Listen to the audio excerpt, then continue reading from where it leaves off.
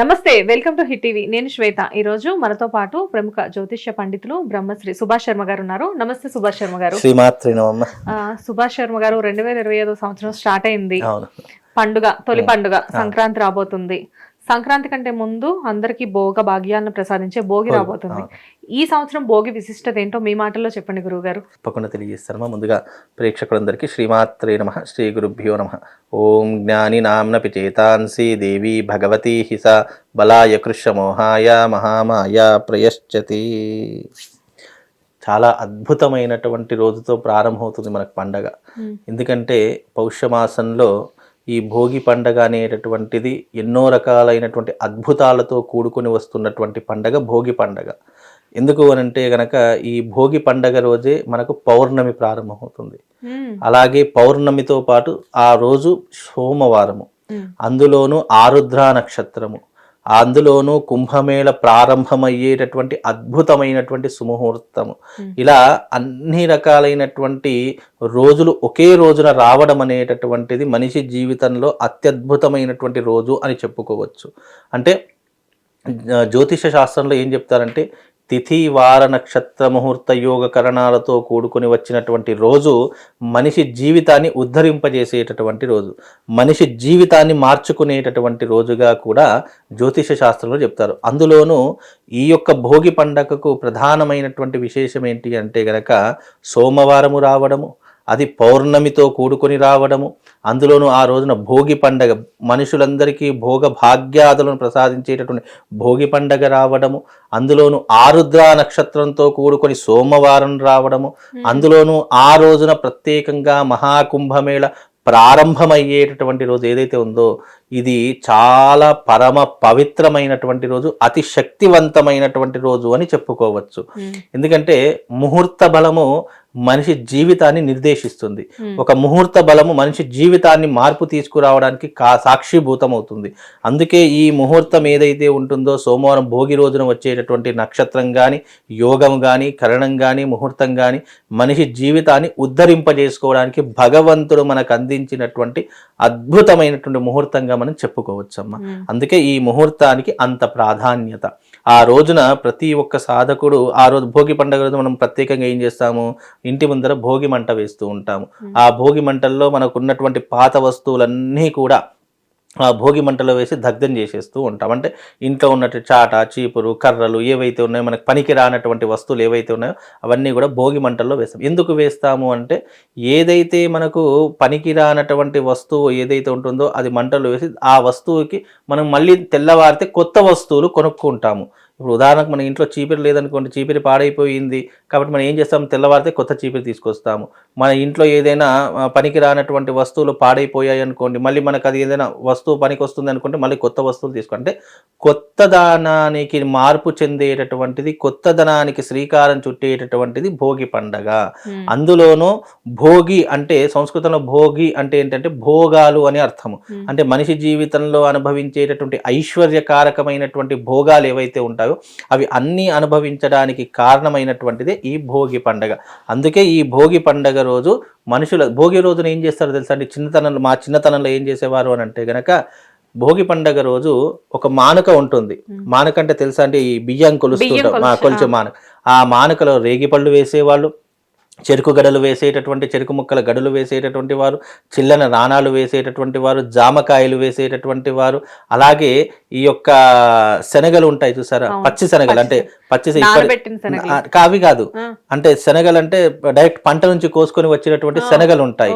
అవి ఇట్లా మనం విప్పుకొని తింటూ ఉంటాం శనగలు. అలాంటి శనగలు కూడా ఉంటాయి. అలాంటి శనగలు ఇవన్నీ కూడా మానుకలలో పోసి చిన్నపిల్లల మీద తల మీద పోసుకొని భోగాలను ఇచ్చేటటువంటి వారట. ఆ పండగ అర్థం ఏంటంటే ఎవరైతే చిన్న పిల్లలు ఉంటారో వాళ్ళకు భోగభాగ్యాదులు కలగాలని చెప్పేసి అలా మానుకలో వాళ్ళ తలపై నుంచి పోసేటటువంటి వారు సాంప్రదాయం ఉండేటటువంటి. భోగి రేగిపళ్ళు అంటారు, రేగిపళ్ళు తర్వాత చెరుకు గడ ఇవన్నీ కూడా పోస్తూ ఉంటారు. ఎందుకు అని అంటే కనుక భోగభాగ్యాలతో ఉండాలి. అలాగే ఈ భోగి పండుగ కానీ, సంక్రాంతి కానీ, కనుమ కానీ ఇవన్నీ ఏంటంటే రైతుల పండుగలు అని చెప్తారు సంస్కృతంలో. ఎందుకంటే మనం ఆషాఢ మాసంలో నాట్లు వేసేటటువంటి సమయము. ఆషాఢ మాసంలో నాట్లు వేస్తే ఆ పంట ఎప్పుడు చేతికి వస్తుంది? ఇదిగో ఈ సంక్రాంతికి చేతికి వస్తుంది. అందుకే ఈ సంక్రాంతికి వచ్చినటువంటి పంట ఏదైతే ఉంటుందో అది ఇంటికి వస్తుంది కాబట్టి ఆనందంగా జరుపుకునేటటువంటి పండగ భోగి పండగ. ఆ తెల్లవారితే సంక్రాంతి పండగ, చక్కగా ఇంటి ముందర ముగ్గులు వేసేసి శ్రీ మహాలక్ష్మి ఇంట్లోకి రావాలని చెప్పేసి చేసేటటువంటి పండగ సంక్రాంతి పండగ.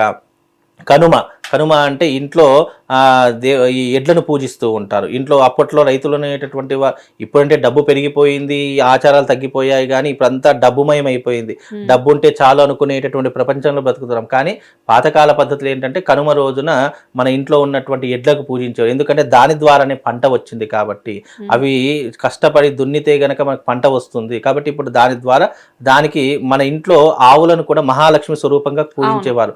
మన ఇంట్లోనే పూర్వకాలంలో ఇంట్లోనే ఆవులు కట్టేసేటటువంటి వారు. లక్ష్మి అని పిలుస్తుంటారు, ప్రత్యేకంగా గోమాత అని పిలుస్తుంటారు. అలాంటి ఆవులను పూజించడము, ఎడ్లను పూజించడము ఇవన్నీ కూడా ఆచారంగా ఉండేటటువంటిది కనుమ అని అనుకుంటాం. ముక్కనుమ అంటూ ఉంటాం. ముక్కనుమ అంటే ఆ రోజున నాన్ వెజ్ చాలా మంది తింటూ ఉంటారు కాబట్టి కర్రీ లాంటివి చేసుకుంటారు కాబట్టి ఈ రకంగా ఒకదానితో ఒకటి ముడిపడి ఉన్నటువంటి పండుగలు మన సనాతన ధర్మంలో, హిందూ ధర్మంలో ఉంటాయి. కనుక భోగి అంటే భోగభాగ్యాలను ప్రసాదిస్తుంది. అందులోనూ సోమవారం రోజున ఈ ఆరుద్ర నక్షత్రము భోగి పండుగ వస్తుంది కాబట్టి మీ జీవితంలో భోగభాగ్యాదులు నిండాలి. ఎంత దరిద్రంలో ఉన్నటువంటి జాతకుడైనా సరే అతని జాతకాన్ని మార్చుకోవాలి. కటిక దారిద్రుడైనా సరే అపర కుబేరుడు కావాలి.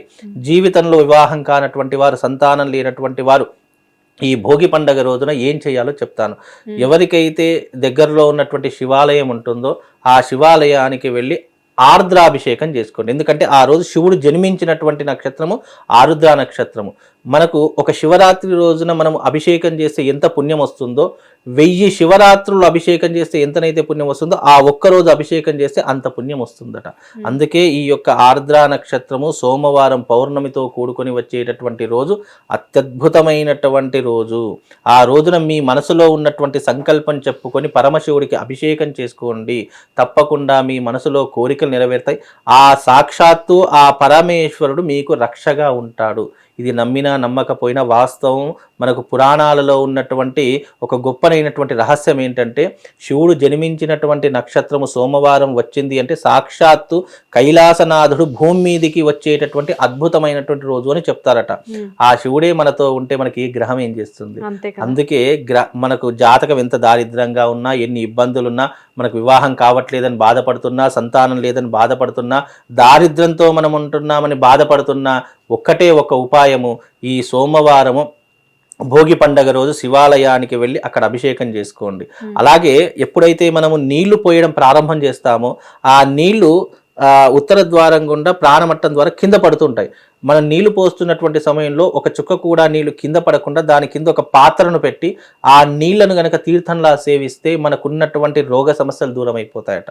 భూమికి తాకకూడదు. ఎప్పుడైతే నీళ్లు పోస్తామో శివుడి మీద ఆ ప్రాణ ద్వార గుండా వెళ్ళేటటువంటి ఏదైతే ఉంటుందో అవి నీళ్లు కింద పడకుండా భూమికి తాకకుండా దాని కింద ఒక పళ్ళెం లాంటిదో లేదా ఏదైనా ప్లేట్ లాంటిదో పెట్టేసి ఆ నీటిని తీర్థంగా సేవించిన, దానిని మనం ప్రోక్షణ చేసుకున్న, ఆ నీటిని మనం స్టోర్ చేసుకొని ప్రతిరోజు ఒక చెంచాడు తీర్థంలా తీసుకున్న మనకు అనేక రకాల భోగభాగ్యాలు కలుగుతాయి. శివుడు వెన్నంటే ఉండి మనల్ని ఎప్పుడూ కూడా నడిపిస్తాడు అని శాస్త్రవచనం. అందుకే ఈ యొక్క భోగి పండగ మనుషులందరికీ భోగభాగ్యాలను ప్రసాదించేటటువంటి పండగ. భోగి రోజున తప్పకుండా శివాలయానికి వెళ్ళి అభిషేకం చేసుకోండి. మీకున్నటువంటి సకల దారిద్ర్యములన్నీ కూడా తొలగిపోతాయి. అంత విశేషమైనటువంటిది భోగి పండగమ్మ. భోగి పండుగ అంటే చిన్నప్పటి నుంచి మీరు చెప్పిన విధంగా భోగి పళ్ళు పోసుకోవడం, ఇంటి ముందు రంగవల్లులు వేసుకోవడం, ఇంతవరకు తలస్నానాలు చేయడం ఇంతవరకు తెలుసు. కానీ శివుడు అనుగ్రహం పొందాలి అంటే భోగి రోజు వెళ్ళి విశేషంగా ఇలాంటి అభిషేకాలు చేయించుకోవాలన్న విషయం నాకు ఇప్పుడు వరకు. ఇంకోటి ఏంటంటే ప్రతి సంవత్సరం మనకు భోగి వస్తుంది, కానీ ప్రతి సంవత్సరం వచ్చేటటువంటి భోగికి ఇన్ని రోజులు కలిసి రావు కదా. సోమవారం రావడము, పౌర్ణమి రావడము, శివుడి జన్మ నక్షత్రమైనటువంటి ఆరుద్ర నక్షత్రం రావడము, ఇవన్నీ చాలా అరుదుగా వస్తాయి. ఇంకోటి ఏంటి, మహాకుంభమేళ కూడా అదే రోజు ప్రారంభం అవ్వడము. ఎందుకు ఆ నీళ్లు మీకు స్నానం చేయమని చెప్పి లేదా ప్రోక్షణ చేసుకోమని ఎందుకు చెప్పారంటే, చాలా మంది మహాకుంభమేళకు వెళ్ళలేనటువంటి వారు ఉంటారు. మహాకుంభమేళకు వెళ్తే ఏమవుతుంది, అక్కడ స్నానం చేయాలని ఒక ప్రతీక కదా. కాబట్టి అంతటి పుణ్యాన్ని మీరు సంపాదించుకోవాలంటే ఇదిగో ఈ శివుడికి అభిషేకం చేసుకొని ఆ గంగా జలాన్ని చల్లుకుంటే మీరు ఒక్క కుంభాభిషేకంలో కాదు, ప్రపంచంలో సృష్టిలో ఎన్ని నదీ జలాలు ఉన్నాయో అన్ని నదీ జలాలలో మునిగినటువంటి పుణ్య ఫలితం కలుగుతుంది. ఏ రకంగానైతే గణపతికి సుబ్రహ్మణ్య స్వామికి ఈ భూమండలం చుట్టూ తిరిగి ఎవరైతే మొట్టమొదటిగా నా దగ్గరికి వస్తారో వాళ్లకు ఈ యొక్క దేవత ఆధిపత్యాన్ని ఇస్తానని చెప్పి శివుడు ఎట్లయితే ఆజ్ఞాపిస్తాడో, అప్పుడు గణపతి ఏం చేస్తాడు, ఆలోచనతో బుద్ధితో శివుడు పార్వతి చుట్టూ తిరిగి ఈ భూమండలం ప్రదక్షిణ చేశాను అని చెప్పేసి అంటాడో, అలాగే మనకు తెలివి తేటలు ఇవన్నీ ఉన్నాయి అనుకోండి, ఏమవుతుంది, మనము ప్రపంచంలో ఉన్న నదీ జలాలన్నీ వెళ్లాల్సిన పని లేదు.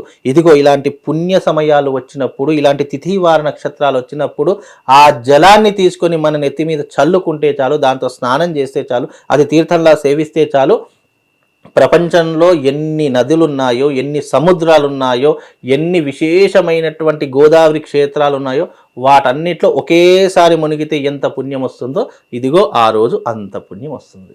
అందుకే అంత విశేషం అమ్మ. చాలా బాగుంది గురుగారు, చాలా చక్కగా వివరించారు. నమస్తే. శ్రీమాత్రే.